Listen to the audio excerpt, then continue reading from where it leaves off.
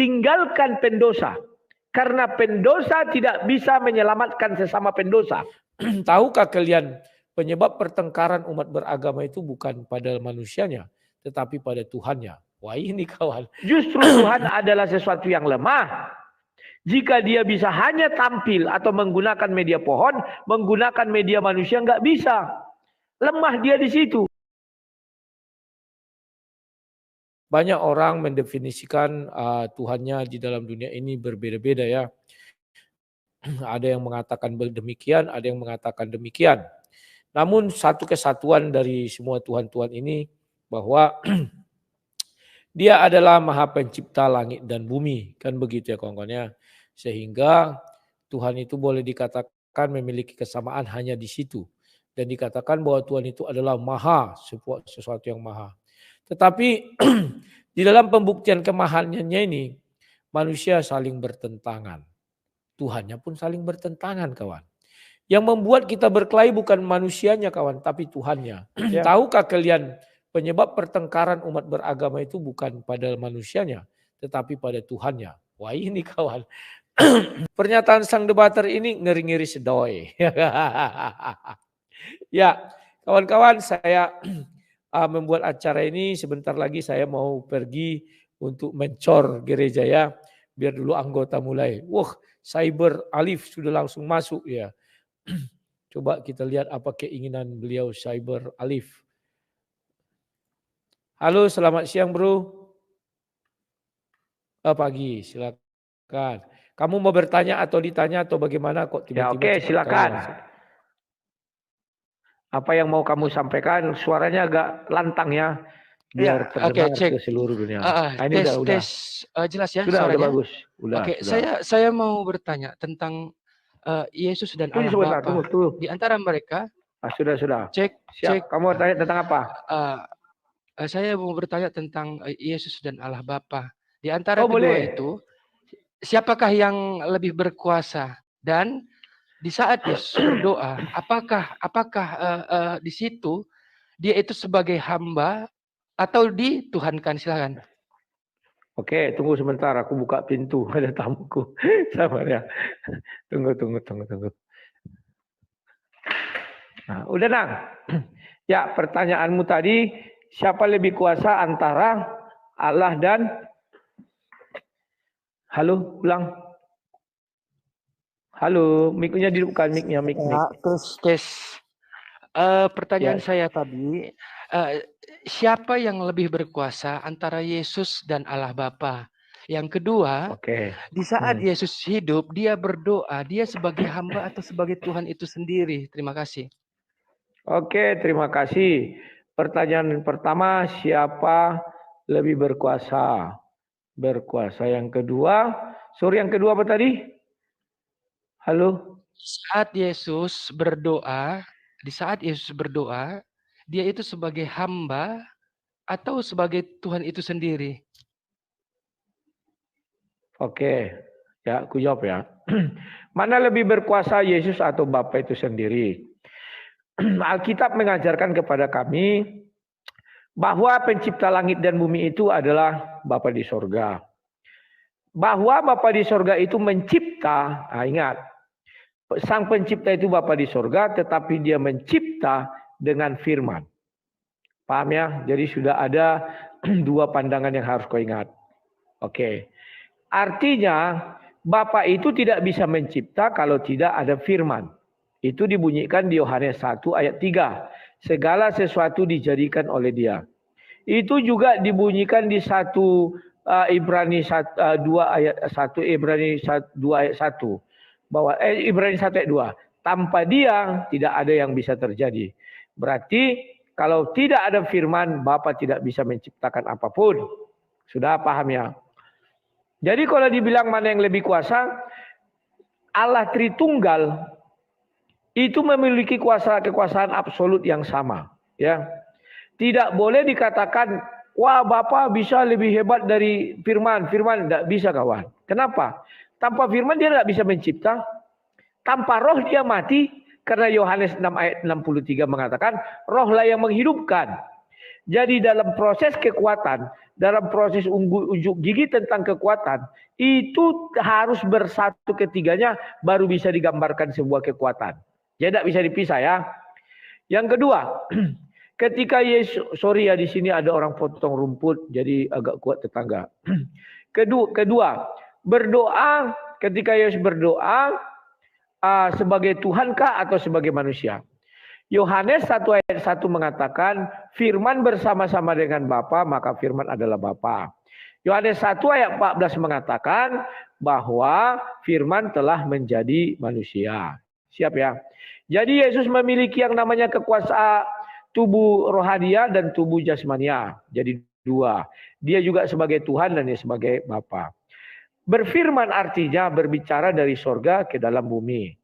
Kan itu. Berdoa artinya berbicara dari dalam bumi ke sorga. Paham ya?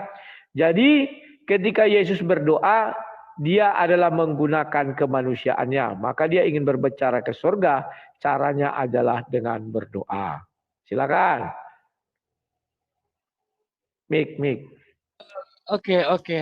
Di sini berarti mereka berkesinambungan gitu maksud Bapak antara Yesus dan Allah Bapa. Itu aja. Ya. Berkesinambungan. Kalau berkesinambungan itu sifatnya apa ya? Tidak putus terus menerus. Kalau ini bukan. Tapi keesaan di dalam Allah Tritunggal. Kebersamaan. Kebersamaan yang dibicarakan di sini bukan kesinambungannya. Silakan. Iya, tapi saya masih di pertanyaan pertama tadi, Bapak. Saya masih kurang menyerap gitu. Yang mana lebih berkuasa, Yesus atau Allah Bapa? Tadi Bapak mengatakan kalau tidak ada Yesus, Allah Bapa tidak bisa berfirman. Berarti di sini kalau saya tangkap dari narasi Bapak itu berarti Yesus lebih berkuasa gitu, Pak. Oke, aku jelaskan ya. Yang di telingaku ini ku dengar adalah suara. Suara ini bisa sampai ke telingaku, tidak bisa sendirian. Paham ya? Suara ini sampai ke telingaku karena ada yang bersuara, yakni Cyber Al-Fatih. Cyber Al-Fatih bisa bersuara karena ada roh, maka dia hidup. Kalau Cyber Al-Fatih mati, dia nggak bisa bersuara. Ingat ya. Jadi ketiganya saling keterkaitan, saling ketergantungan. Kalau dibilang mana yang lebih kuat itu kan menunjukkan satu perbuatan dalam bahasa Indonesia. Ya, definisi mana yang lebih kuat artinya dia melakukan sebuah perbuatan yang disaksikan oleh mata manusia dan mata itu luar biasa. Oke. Tidak bisa Bapa di surga sendiri berbuat sesuatu kekuatan tanpa ketiganya ini. Berarti kalau ditanya mana yang lebih kuat, ya ketiganya bisa dikatakan kuat kalau timbul atau muncul bersamaan. Dan dia tidak pernah muncul atau timbul sendiri-sendiri. Pahami dulu ya. Nah, tapi kalau ditanya, ketiga ini tergantung pada siapa, itu beda lagi. Itu sama seperti Al-Fatih, suaramu berada di dalam dirimu, rohmu berada di dalam dirimu. Berarti semuanya tergantung kepadamu. Kaulah penguasa tunggalnya. Tetapi mengenai kekuasaan hanya bisa ditunjukkan jikalau ada perbuatan.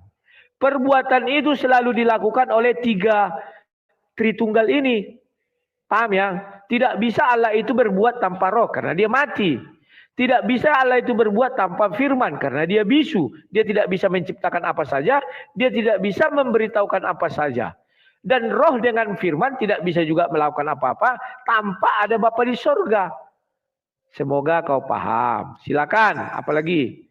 Oke, siap Pak. Berarti begini Pak.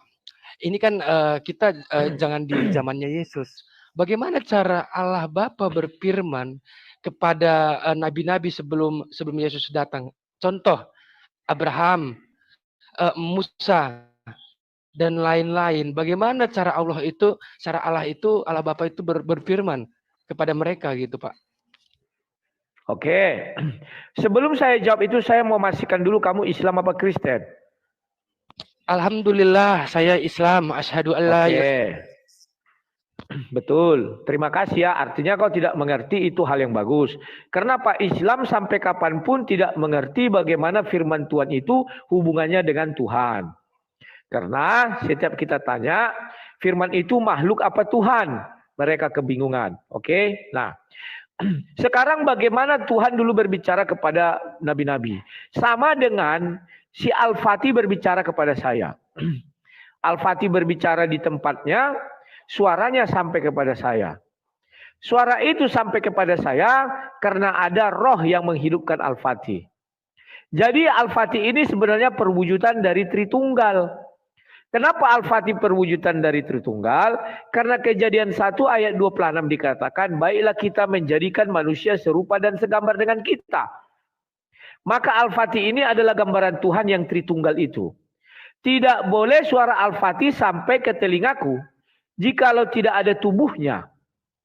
Tidak boleh suara Al-Fatih sampai ke telingaku jikalau tidak ada rohnya.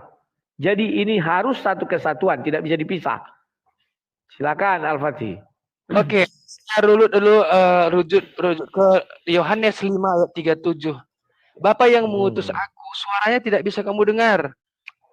Suaranya tidak bisa kamu dengar. Ya, rupanya pun tidak bisa kamu lihat. Bagaimana cara Allah Bapa itu berfirman di zamannya Musa, Abraham gitu. Itu jelas di Bible gitu, Pak. Oke, aku jawab. Ayat yang kamu baca itu tidak ada mengatakan di zaman Musa. Itu kau tambahi. Ayat itu berbicara Yesus sedang mengucapkan kepada orang-orang yang hadir di situ. Mereka mana ada yang mendengar suara Tuhan. Mereka mana ada melihat suara Tuhan. Tapi baca ayat selanjutnya. Dikatakan apa? Kalau kau mengenal aku, ya kamu mengenal Tuhan. Kamu mengenal Bapa. Ya, paham ya? Nah itu, jangan ayat itu kamu putus itu, tidak kau baca selanjutnya, terus kau katakan Musa dan segala macam. Dia tidak bicara pada zaman Musa, tapi pada saat itu, ya bukan yang lewat dan bukan yang akan datang, tapi pada saat itu dia bicara kepada orang banyak yang ada di situ. Paham ya? Jadi orang itu bertanya, lantas Tuhan itu siapa? Ya, kamu sudah mengenal aku, di hadapanmu sudah ada katanya. Paham? Silakan. Apalagi? Karena gini Pak, maksud saya mungkin Bapak tadi kurang ini pertanyaan saya ya. Di Yohanes 5 ayat 37 kan di situ Yesus berkata, Bapa yang mengutus aku, suaranya tidak bisa kamu dengar, rupanya pun tidak bisa kamu lihat. Kalau di zamannya Musa, di zamannya Abraham, bagaimana cara Allah itu menyatakan keeksistensian dia, keberadaan dia, bagaimana cara dia berbicara, sedangkan Yesus sendiri sudah mengatakan bagaimana konsep Tuhan itu sendiri. Di mana 2 Tawarik 6 ayat 18 juga mengatakan bahwasanya langit, bahkan langit yang mengatasi langit tidak dapat menampung kehadiran Tuhan. Bagaimana Tuhan itu bisa hadir di bumi, dan bagaimana cara Tuhan itu berbicara dan berfirman kepada Musa dan Abraham. Begitu Pak. Oke. Ya betul, bumi ini tidak mampu menampung Tuhan karena Tuhan itu maha besar, maha segalanya. Itulah sebabnya tidak ada batasan bahwa bumi tidak bisa menampung manusia. Makanya dia datang menjadi manusia, biar bumi ini mampu menampungnya. Nah, agar kau paham konsep ini, PR-mu tulis ya di kertas. Baca surah 28 ayat 30. Kamu sudah pernah baca itu? Coba jawab. Belum Pak. Nah, oke. Di depanmu ya, ada Al-Quran online? Masih satu perangkat Pak.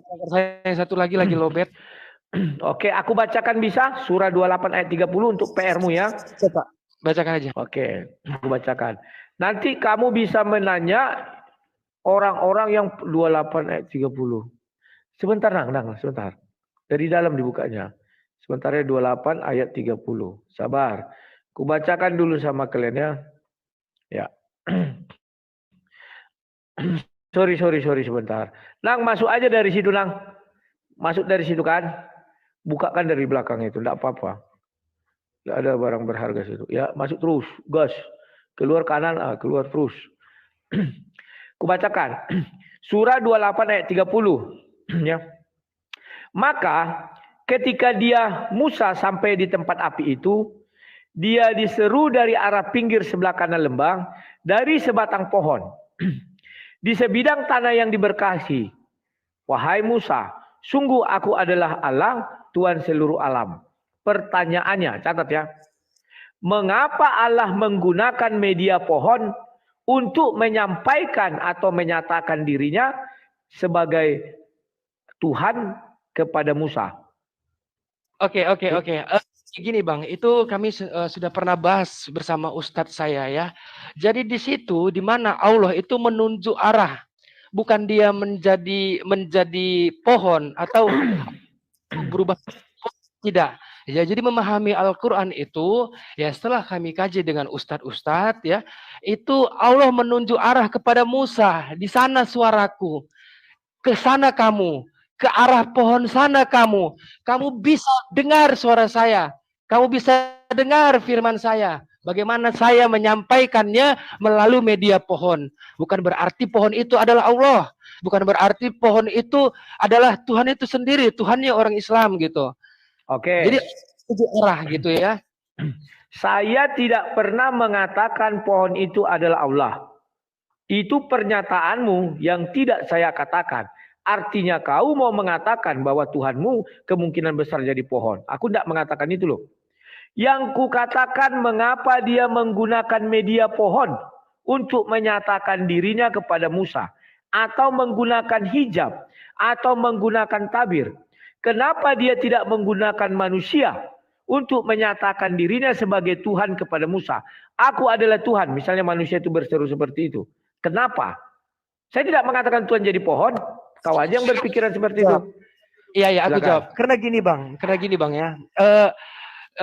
Ini ya persoalan yang ayat yang abang bacakan tadi itu sudah bolak-balik kita bicarakan atau dipertanyakan oleh teman-teman saya yang beragama Kristen gitu bang ya.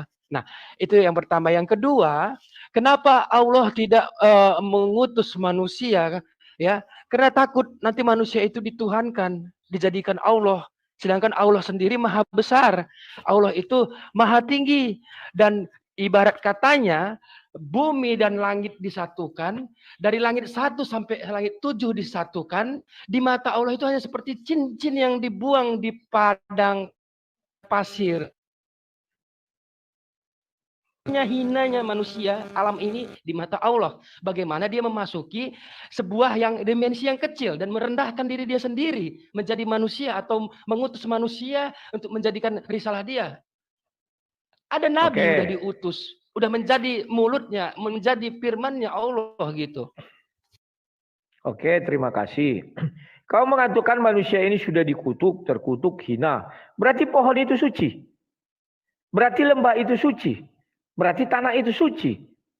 Bagaimana kau bisa mengatakan nanti Tuhan takut manusia itu kalau dia menyampaikan aku adalah Tuhan, manusia akan menyembah dia. Kenapa Tuhan tidak takut dengan pohon? Justru pohon inilah yang perlu ditakuti. Itulah sebabnya di dalam masjid-masjid surah ini tidak akan pernah dibaca. Karena kalau sampai ada jemaah yang kritis, dia akan bertanya seperti apa pertanyaan saya. Kami tidak mengatakan Tuhanmu berubah jadi pohon, tidak. Tapi menyatakan dirinya kepada Musa melalui perantaraan pohon. Mengapa tidak bisa melalui perantaraan manusia? Kamu katakan takut manusia ini nanti disembah menjadi Tuhan. Buktinya pohon itu sampai hari ini tidak ada yang menyembah dia jadi Tuhan, tidak ada. Kan begitu? Ya. Gini bang, jangan kita samakan manusia yang mulia dengan pohon yang ciptaan yang notabene-nya adalah tumbuhan gitu. Ini jadi salah paham gitu bang. Nah, kenapa tidak manusia? Nabi-nabi sudah diutus. Itu firman-Nya Allah yang disampaikan kepada nabi-nabi melalui malaikat. Nah, kenapa nggak Allah itu langsung turun ke bumi? Tidak bisa, sama seperti yang abang katakan. Allah maha besar, Tuhan kami maha tinggi. Hina sekali dia menurunkan diri dia sendiri untuk menjadi manusia, turun ke bumi, itu hina. Saya bilang manusia ini adalah manusia yang hina. Seluruh umat manusia itu hina. Kenapa? Kita tidak ada yang lepas dari dosa gitu bang. Nah, saya suka pernyataanmu, tambah lagi pernyataanmu. Ya, manusia itu hina. Berarti pohon kan tidak hina. Lebih suka dia muncul di dalam pohon, benda-benda mati, benda-benda hidup yang tidak bisa berbicara. Inilah konsep yang harus kau perhatikan baik-baik. Ya. Makanya pernah kukatakan, kalau Tuhan hadir dalam wujud manusia, manusia akan menolak. Tapi kalau hadir dalam wujud batu, dalam wujud pohon, janganlah wujud dulu. Tuhan hadir menyatakan dirinya melalui media pohon, melalui media batu atau benda-benda mati. Manusia pasti menerimanya. Inilah hebatnya Tuhan kami. Menunjukkan kemahabesarannya. Bukan tidak bisa dia melalui pohon, melalui batu. Sama Musa dia melalui pohon. Tapi melalui manusia belum pernah.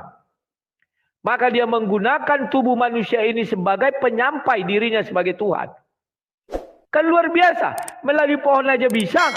Kenapa melalui manusia tidak bisa? Oh, manusia itu nanti disembah dan dituhankan. Ya, apa yang salah? Buktinya pohon itu juga Musa menjawab kepada pohon itu. Di hadapan pohon itu, ya Tuhan. Musa sujud kepada itu. Apa yang salah? Apa yang keliru? Justru Tuhan adalah sesuatu yang lemah. Jika dia bisa hanya tampil atau menggunakan media pohon, menggunakan media manusia nggak bisa. Lemah dia di situ. Samalah itu dengan iblis, jin, hantu belau dalam ajaran Kristen. Yang sering hadir di pohon-pohon beringin, di batu-batu, tetapi nggak bisa hadir di manusia. Paham ya? Silakan. Kalau ada yang mau sanggah lagi. Sedikit. Ya, hina sekali seorang Tuhan itu adalah maha suci. Dia keluar dari selangkangan manusia itu sendiri, ciptaannya dia sendiri. Bagaimana seorang tukang kayu menciptakan kayu, tetapi kayu itu harus kayu itu mengatur penciptanya. It's something wrong gitu. Ini sesuatu yang keliru, Bang. Di mana seorang tukang kayu menciptakan kayu, tetapi kursi yang diciptakan dia itu mengatur penciptanya. Itu nggak masuk akal, Bang. Jadi kalau Tuhan itu lahir ke dunia melalui selangkangan wanita, apakah kesuciannya itu bisa dipertanggungjawabkan dia sebagai Tuhan gitu? Bukan dia tidak maha kuasa, Bang. Allah kami maha kuasa. Dia bisa berbuat apa aja, tapi dia tidak mau menghinakan diri dia sendiri. Kenapa? Karena dia sudah maha kuasa dan maha suci, maha penyayang. Ini yang salah gitu, Bang. Oke, ku jawab dulu satu-satu ya. Oke, kamu mengatakan yang keluar dari kelamin manusia itu adalah hina. Berarti kau terlahir hina. Berarti kau terlahir nggak suci. Rahim itu adalah satu tempat yang suci selain sorga. Baca semua kitab suci. Rahim itu adalah tempat yang suci. Itulah sebabnya yang keluar dari situ fitranya adalah suci. Bukan fitranya adalah sebagai makhluk hina, jahanam. Tidak. Baru yang kedua, mengapa Tuhanmu kalah dengan istri kawan saya, yang terlahir bukan dari kemaluan, tetapi terlahir dari bedah perut. Apa Tuhanmu nggak bisa lahir keluar langsung dari perut? Kok kalah dengan istri kawanku yang tidak keluar dari vagina anaknya? Bagaimana kau menjelaskan itu? Yang ketiga, saya suka dengan kamu. Bangku tidak pernah bertanya kepada penciptanya.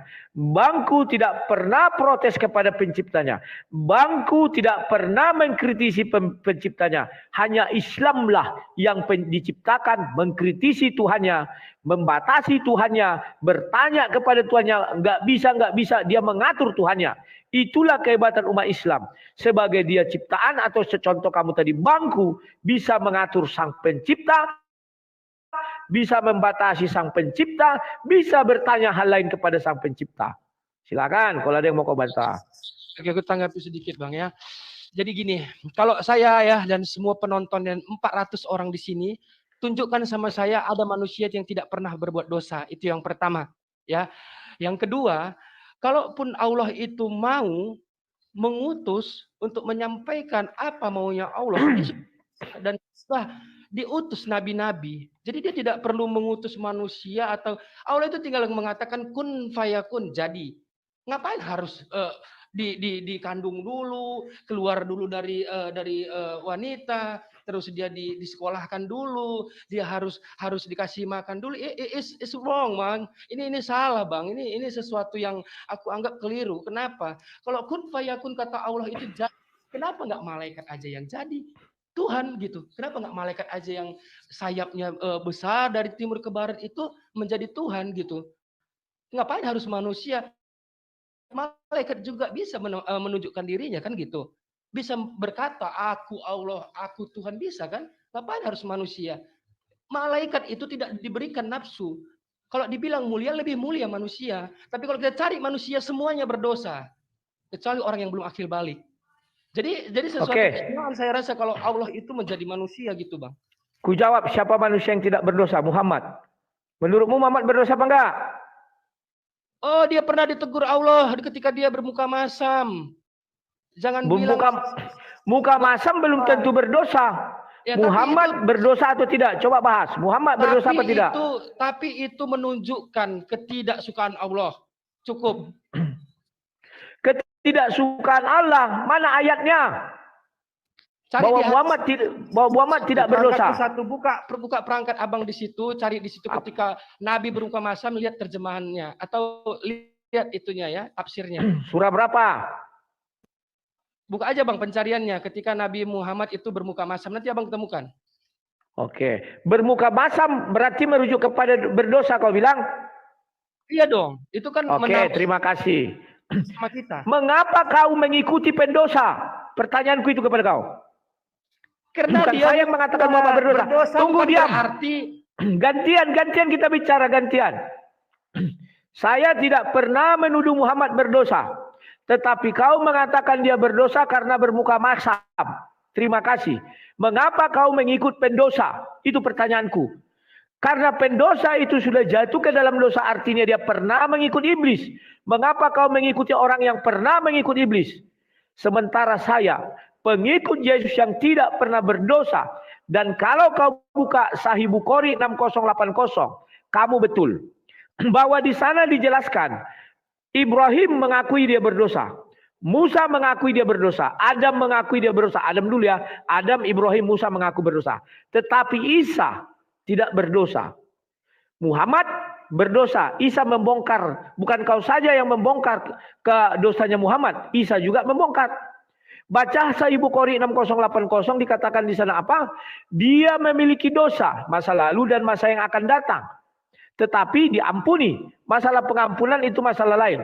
Intinya kau pengikut si pendosa. Kenapa kau enggak mengikut Isa? Baca kau Sahih Bukhari 6080 biar kau tahan. Biar kau tahu. Tinggalkan pendosa. Karena pendosa tidak bisa menyelamatkan sesama pendosa. Adalah kebohongan bahwa pendosa bisa menyelamatkan orang yang berdosa. Kebohongan itu. Silakan. Oke. Ini sedikit ini saya rasa ya keliru kalau manusia itu tidak mempunyai yang namanya kesalahan atau hilap gitu. Hilap itu bisa menjadikan dosa kepada orang.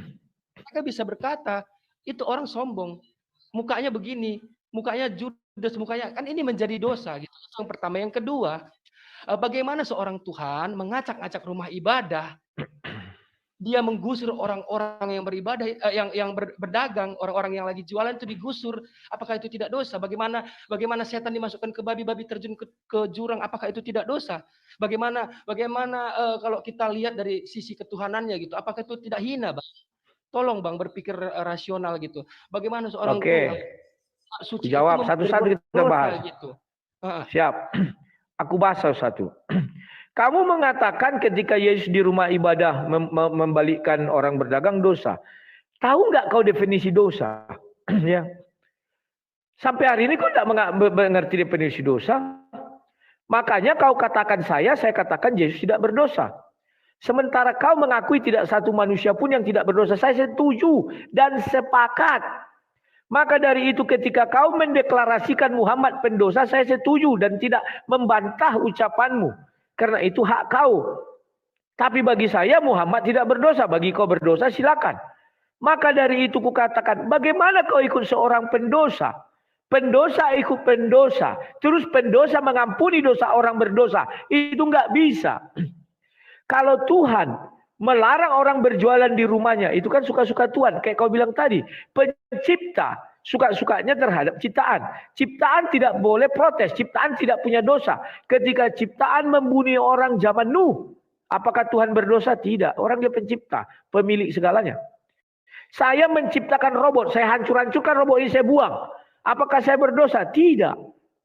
Yang membuat saya berdosa ketika itu bukan ciptaan saya hancur-hancurkan, marah penciptanya. Paham ya? Jadi Yesus di situ sudah diadili oleh Pilatus. Pilatus mengatakan, aku tidak menemukan satupun kesalahan di dalam diri orang ini. Paham enggak? Sudah ada pengadilannya. Tetapi kau buka Sahih Bukhari 6080, cuma Nabi Isa yang tidak berdosa. Bahkan di Quran pun dikatakan, dia satu-satunya yang terlahir suci dan suci dalam kehidupannya. Harusnya kau tinggalkan Muhammad yang pendosa itu, kau ikut Isa yang tidak berdosa. Karena adalah satu kebohongan. Seorang pendosa bisa mengampuni dosa orang lain. Tidak mungkin itu. Karena dosanya sendiri belum bisa dia ampuni. Dia aja masih minta ampun kepada Tuhan. Tetapi orang yang suci, kenapa tidak kau ikuti? Al-Quran mencatat satu-satunya orang suci, yakni Nabi Isa. Oke, ada lagi yang mau disampaikan? Nah mungkin gini ya Bang, kalau kita runut lagi ke Nabi Isa, yang dimana dia lahir itu hampir mirip seperti Yesus gitu. Dia tidak melalui hubungan badan atau pernikahan gitu. Suci di situ jangan disalahpahami ya, karena manusia semua yang saya tahu, baik itu pun nabi, baik itu pun umat, pasti berbuat kesalahan dan kesalahan itu menjadi dosa. Dan tentu manusia sampai saat ini tidak kita temukan yang tidak berdosa. Kalau dibilang Isa tidak berdosa, kalau saya merasa dia manusia, dia nabi, pasti ada kehilapan. Jadi saya tidak mau ya mengikuti giringan abang untuk mengatakan Nabi Muhammad itu tidak pernah berbuat salah. Salah itu kan menjadi dosa, Bang. Jadi kita jangan ini ya, mentang-mentang nabi ini nabi yang terakhir, nabi yang dimuliakan, Allah juga memuliakannya, umat pun memuliakannya, tapi tidak pernah berbuat salah. Itu salah saya, Bang, kalau saya berkata begitu. Kenapa? Ini menjadi bom waktu buat saya sendiri gitu. Karena nanti kalau dibahas di koma lain, saya jadi ini gitu kan. Jadi saya nggak mau memberikan narasi yang tidak ada. Saya di sini ini kok rasional gitu. Oke. Kalau ada. Kamu bilang enggak gitu. Oke, ya, Bang ya. kamu memberi narasi yang tidak pernah ada. Coba sebutkan satu dosa Isa dalam Quran. Kebetulan saya belum ini ya. Kalau secara detailnya gitu belum baca. Kalau soal Isa gitu. Tapi kalau saya tahu pernah. Saya berani taruhan potong kuping. Jika kau bisa menemukan satu dosa Isa di dalam Quran, tak beri kupingku ini sama kau. Itu PR-mu ya. Yang kedua, dosanya Bang. Kalau Abang tahu dosanya Isa itu di saat melahirkan dia menyakiti hati ibunya. Bagaimana ibunya tidak kesakitan di saat dia dikeluarkan dari rahim. Nah, itu kan sudah berdosa. Sudah membuat ibu kesakitan, sudah membuat dia nangis. Apakah itu tidak kesalahan?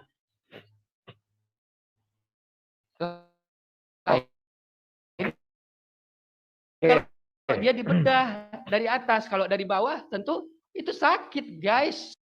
Maria tidak kesakitan, tapi berkata, aduhai. Kalimat aduhai itu bukan teriakan kesakitan. Kau baca baik-baik Al-Quran, Maria mengatakan, aduhai. Aduhai itu bukan teriakan kesakitan, tapi keteriakan keenaan. Aduhai katanya. Kalau kesakitan, aduh sakit kali, aduh. Tetapi kita tidak masuk ke situ. Terima kasih, kaulah satu-satunya muslim yang mengatakan orang sakit melahir itu adalah dosa. Nanti kau terikut hukuman Kristen. Kejadian 3 ayat 15. Dengan bersusah payah engkau melahirkan, artinya kau percaya dosa waris. Semua yang melahirkan kesakitan, termasuk yang dibeleh dari atas, kesakitan itu. Setelah habis biusnya sakitnya minta ampun. Dosa waris, geng. Oke, tapi saya tidak bicara gitu. Betul sakit kan? Nggak ada ibu-ibu yang melahirkan terus sekalian main Mobile Legends, sekalian ketawa-tawa, nggak ada kan? Pasti meregang nyawa gitu. Ada yang sampai kamu buka nyawa. Maryam. Jadi jangan ini Bang. Saya memahami pemikiran Abang kemana gitu. Kalau jebakan-jebakan itu saya sudah capek gitu ya dengan diskusi dengan orang-orang gitu. Tapi saya nggak mau terjebak.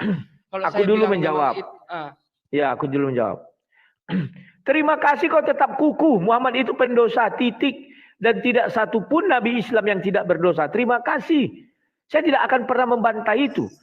Memang disebutkan dia bermuka maksum. Itu tidak baik dan Allah menegurnya. Tentu kalau teguran itu datang, berarti Nabi bukan itu salah, dosanya, gitu. bukan itu dosanya. Kalau mau aku bilangkan dosanya apa? Bukan karena muka masam. Dosa itu hukum Taurat ada berzina, ada membunuh.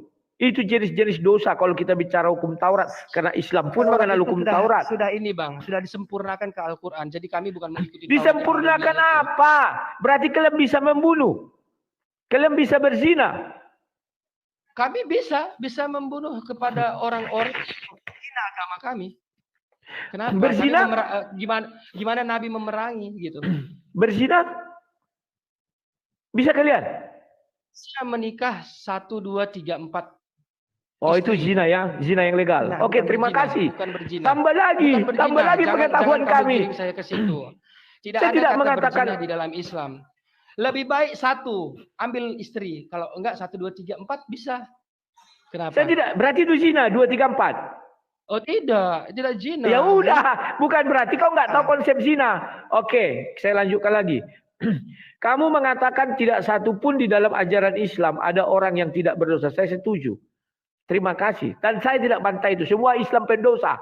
Tapi di dalam Bible ada 2 orang yang tidak berdosa. Ya, yang pertama namanya Henok, dia langsung dibawa ke surga.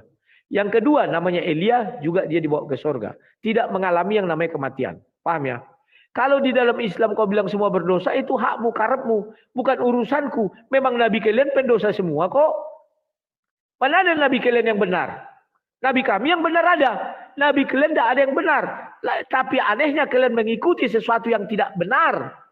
Seorang pendosa kau ikuti. Artinya kau pun terwarisi dosanya. Silakan. Tapi tolong ya, gini. Kesalahan pada manusia itu bisa menyebabkan dosa. Ingat sekali lagi ya. Kesalahan pada manusia, walaupun dia nabi, dia itu bisa didosa. Kenapa Allah turunkan? Kenapa Allah menegur? Karena itu tidak baik untuk umat.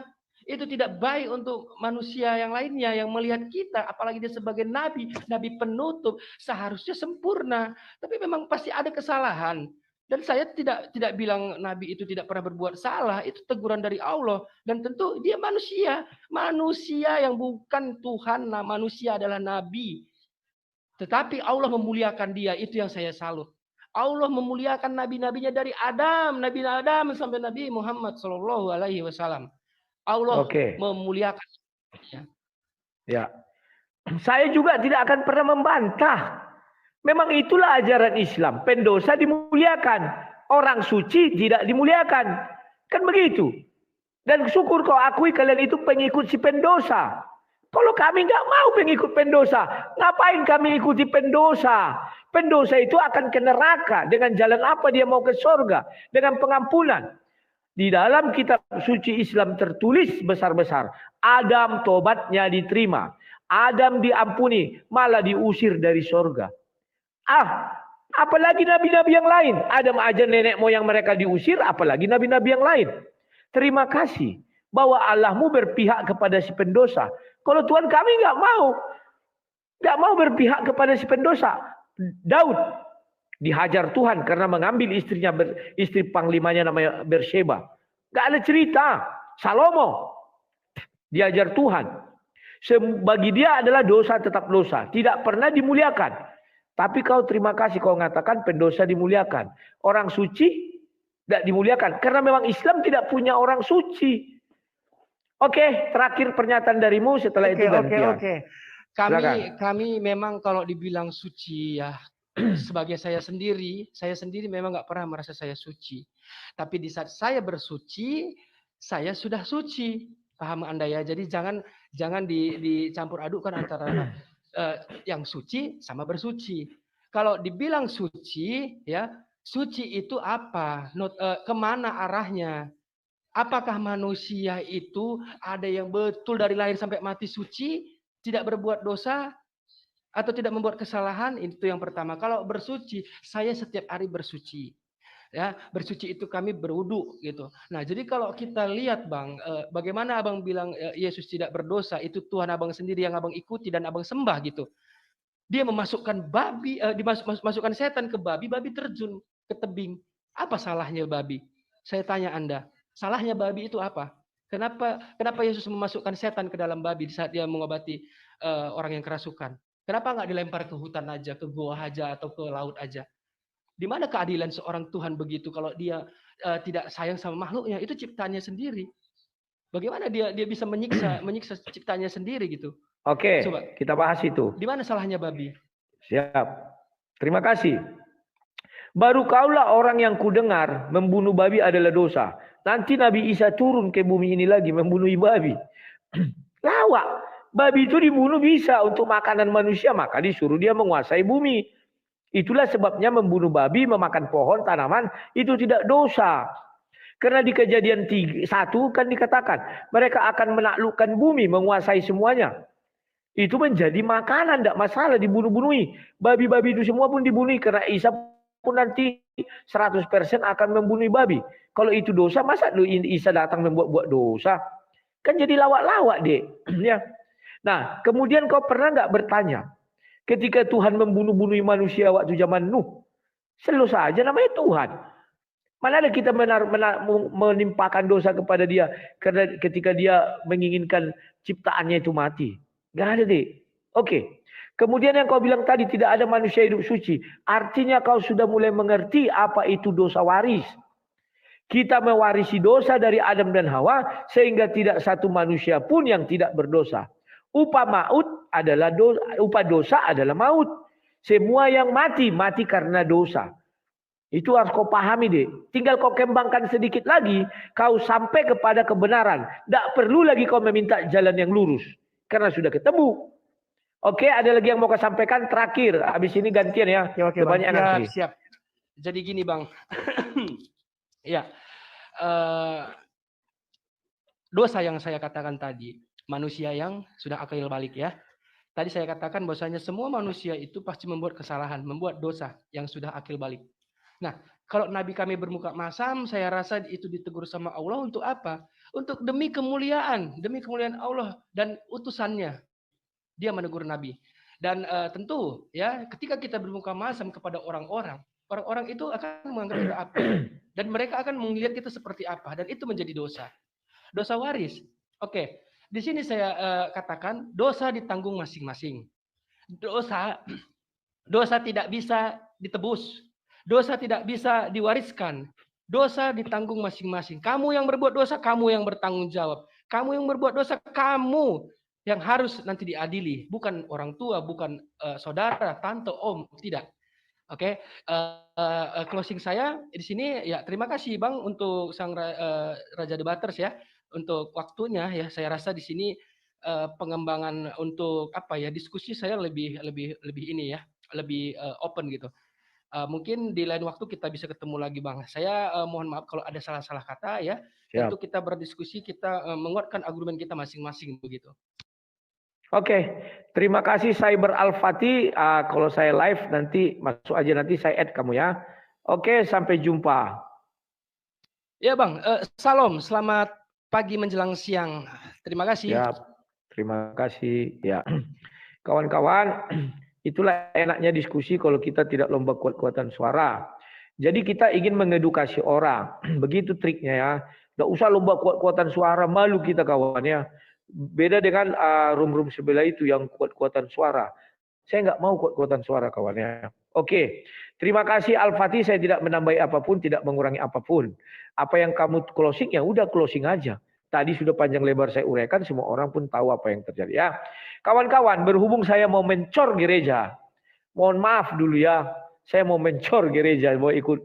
Nanti kita lanjut lagi jam-jam 1 ya setelah saya mencor. Itu udah banyak yang antri, sudah ada 10-an ya. Jadi saya mohon maaf, kami mau mencor gereja dulu, nanti kita lanjut ya. Sampai jumpa, salam Sang Debaters. Mana ini?